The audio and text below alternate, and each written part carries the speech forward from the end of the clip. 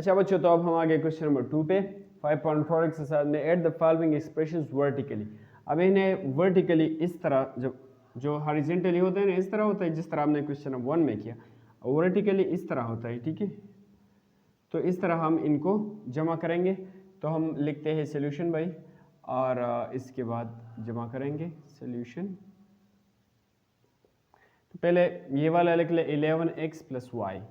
ठीक है, 11x + y, और इसके पीछे पहले तो ये वाला लिख दे, ये एक एक्सप्रेशन है, दूसरा एक्सप्रेशन यही है, इसके नीचे हम ये लिखेंगे। ठीक है, तो x, ये x इस x के नीचे लिखेंगे, फिर बीच में क्या है माइनस है, और 11y इस y के नीचे लिखेंगे। ठीक है, 11y। अब इन दोनों को ऐड करना है तो क्या लिखेंगे, जमा प्लस लिखेंगे। अब यहाँ पर 11 है और यहाँ पर इसके सामने कुछ नहीं, मतलब 1 है। ठीक है, तो 11 और 1 आप लोग जमा करें तो क्या आएगा, 12 आएगा, और इन दोनों x से सिर्फ एक ही x लेना है। ठीक है, अब यहाँ पर देखें तो इसके सामने कुछ नहीं है, मतलब 1 तो है, तो इसके सामने 1 है, तो ये है +1, और नीचे है यहाँ, तो ये y तो अपने जगह वापस लिख ले। अब यहाँ पर +1, नीचे है -11, +1 -11, तो अगर देखा जाए ये अपोजिट साइंस है, प्लस और माइनस अपोजिट है, तो सब्ट्रैक्शन होगा तो इस बड़े वाले से ये माइनस करें, 11 - 1 ये आता है 10, और फिर ये 11 बड़ा है तो इसके सामने माइनस है, आंसर में माइनस लगाते, तो इसका आंसर क्या है -10, तो यहाँ पर लिखेंगे -10। ठीक है, इसकी जगह मैंने -10 लिखा, और ये y तो अपनी जगह आता रहेगा, इन दोनों y से एक ही y हम ले लेंगे। तो जब हम दोनों को जमा किया तो आंसर ये आ गया। अब हम जाते हैं पार्ट बी पे। ये दो एक्सप्रेशन है, ये अलग एक्सप्रेशन, ये दूसरा एक्सप्रेशन, इन दोनों एक्सप्रेशंस को हमने जमा करना, 7u + 9v 5u + 12v। ठीक है, तो पहले ये वाला लिख ले, 7u + 9v, इसके बाद ये नीचे लिखेंगे 5u, इस u वाले के नीचे लिख ले, u वाले के नीचे लिखाएंगे, और v वाला v वाले के नीचे, फिर प्लस, और 12v इसके नीचे लिखे, 12v। ठीक है, तो u के नीचे v के नीचे।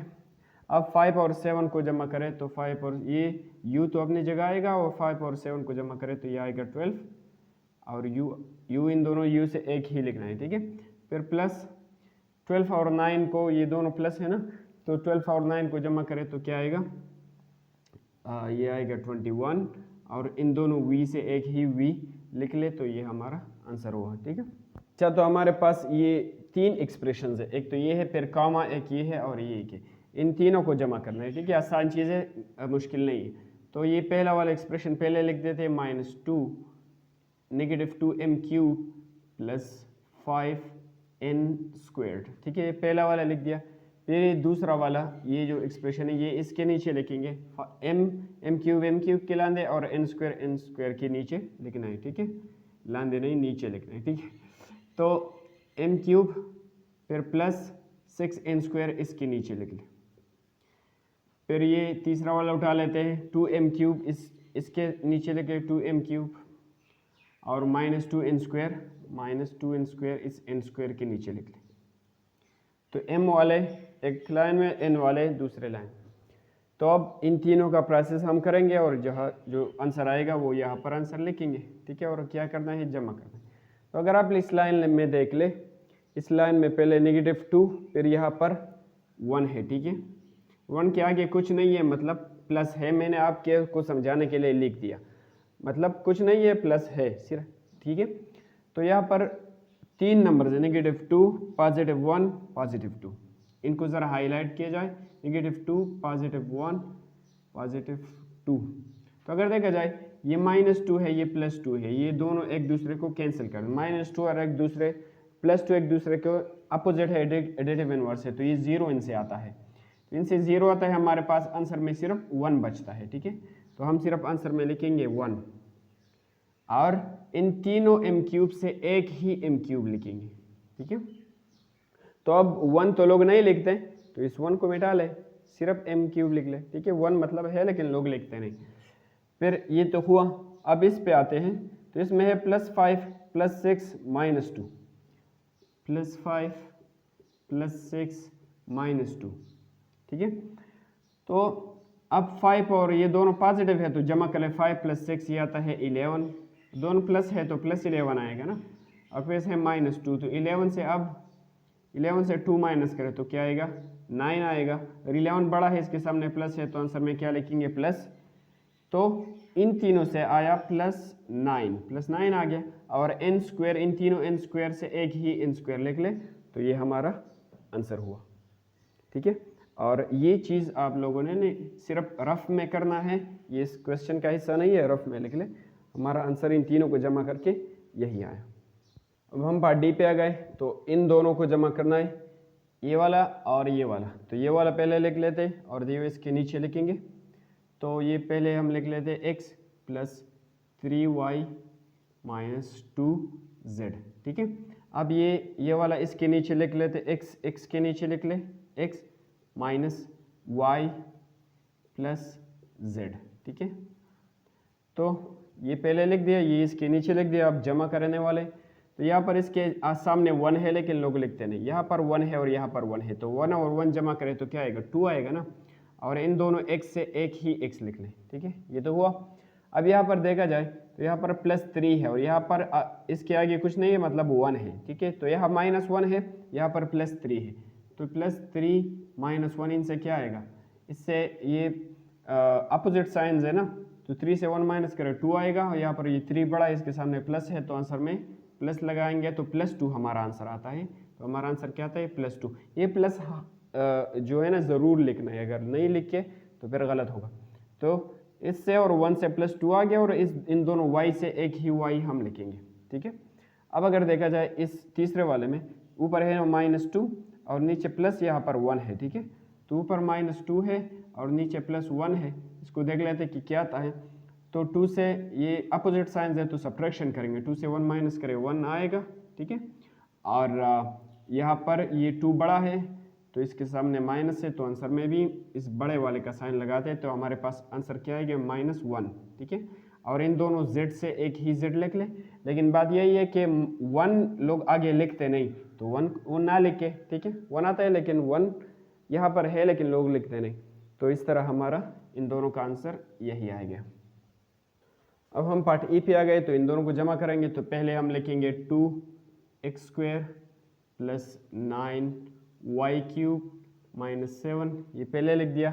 अब ये वाला इसके नीचे लिख देंगे, x² के नीचे। ठीक है, इस तरह, और फिर -y³ y³ के नीचे, और फिर +2। ठीक है, अब इनको जमा करना है तो प्लस लिखें। अब यहाँ पर ऊपर 2 है और यहाँ पर +1 है, तो इस 2 और 1 को जमा करें तो आएगा 3, और इसके साथ x², इन दोनों x² से एक ही x² लिख ले। ठीक है, अब यहाँ पर देखा जाए +1 है और नीचे है +9 और नीचे है माइनस, यहाँ पर 1 है, तो +9 और -1, तो इससे 9 से 1 माइनस करें तो 8 आएगा, और 9 बड़ा है, इसके सामने प्लस है तो आंसर में प्लस लिख ले, तो आंसर क्या आ रहा है +8, और इन दोनों y³ से एक ही y³ इसके साथ लिख ले। ठीक है, अब यहाँ पर -7 और इसमें +2 है, -7 + 2, तो अपोजिट साइंस है तो सब्ट्रैक्शन करेंगे ना, 7 से 2 गया तो 5 आ गया, और ये 7 बड़ा इसके सामने माइनस है तो आंसर में माइनस लगा दिया, तो हमारा आंसर आया -5। तो इनको जमा करके आंसर यही आ रहा है।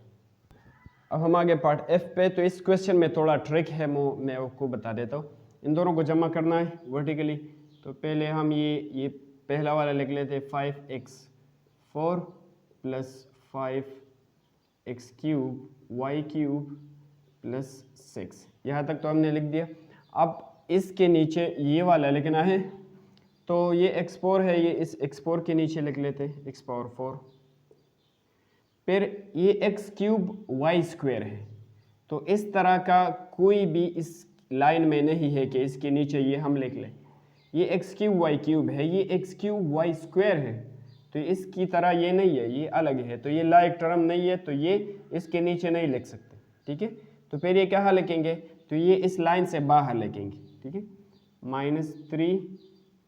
-3x³ y², इसके नीचे हम तब लिख सकते थे जब ये x³ y³ इसकी तरह होता, x³ y³, लेकिन इसकी तरह नहीं है तो इसके नीचे नहीं लिख सकते, इसके साथ जमा नहीं कर सकते। फिर इसके बाद है -2y, तो y वाला तो इस लाइन में है ही नहीं, तो y वाला इस इनमें किसी के नीचे नहीं लिख सकते, ये भी लास्ट में लिखेंगे -2y।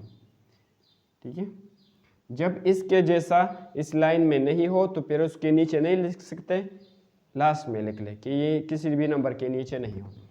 अब यहाँ पर देखिए, यहाँ ऊपर +5 है, ठीक है, प्लस नहीं है लेकिन प्लस मौजूद है, अगर कुछ नहीं है मतलब प्लस है, तो +5 है, और नीचे माइनस यहाँ पर इसके आगे 1 है, तो ऊपर +5 है और नीचे -1 है, ठीक है, यहाँ पर 1 है, तो 5 से 1 माइनस करें 4 आएगा, ये 5 बड़ा है तो इसके सामने प्लस, लेकिन प्लस लोग पहले शुरुआत में नहीं लिखते, तो 4 हमारा आंसर आता है। ठीक है, तो 5 से 1 माइनस करें तो हमारा आंसर आता है 4, और एक x पावर 4 से ये 2 है, एक ही लिख लें। ठीक है, अब फिर प्लस इसके नीचे तो कुछ है ही नहीं, तो ये अपने आप नीचे वापस आ जाएगा, 5x³ y³। ठीक है, फिर इसके नीचे भी कुछ नहीं है तो ये 6 भी अपने आप नीचे वापस आएगा, इसके नीचे भी कुछ नहीं है तो -3x³ y², ये भी अपने नीचे वापस आएगा। अब ये -2y, ये भी नीचे वापस आएगा, तो हमारा आंसर यही है।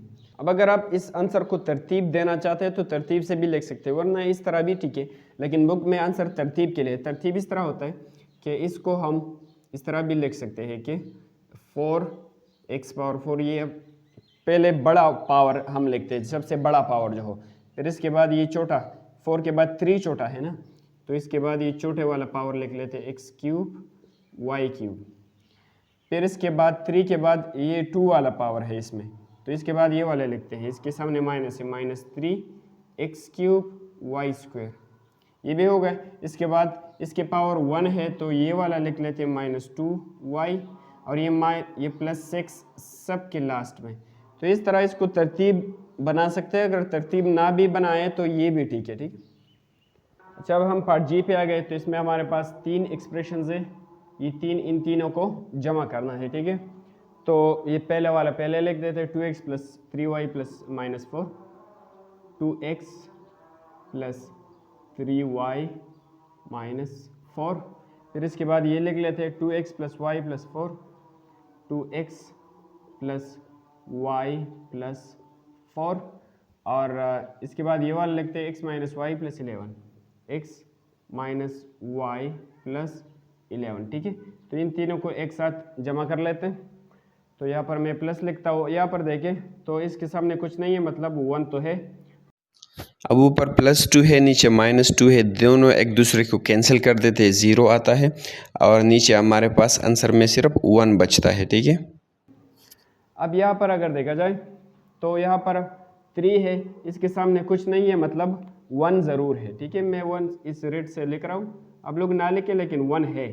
ठीक है, 1 लोग लिखते नहीं लेकिन मौजूद है, तो 3 + 1 - 1, अगर देखें तो इसको हम इस तरह लिख सकते हैं, 3 + 1 - 1, 3 + 1 - 1, तो ये +1 और -1 कैंसिल हो गए, तो क्या बच गए, 3 बच गया, तो हमारे पास सिर्फ 3 बच गया।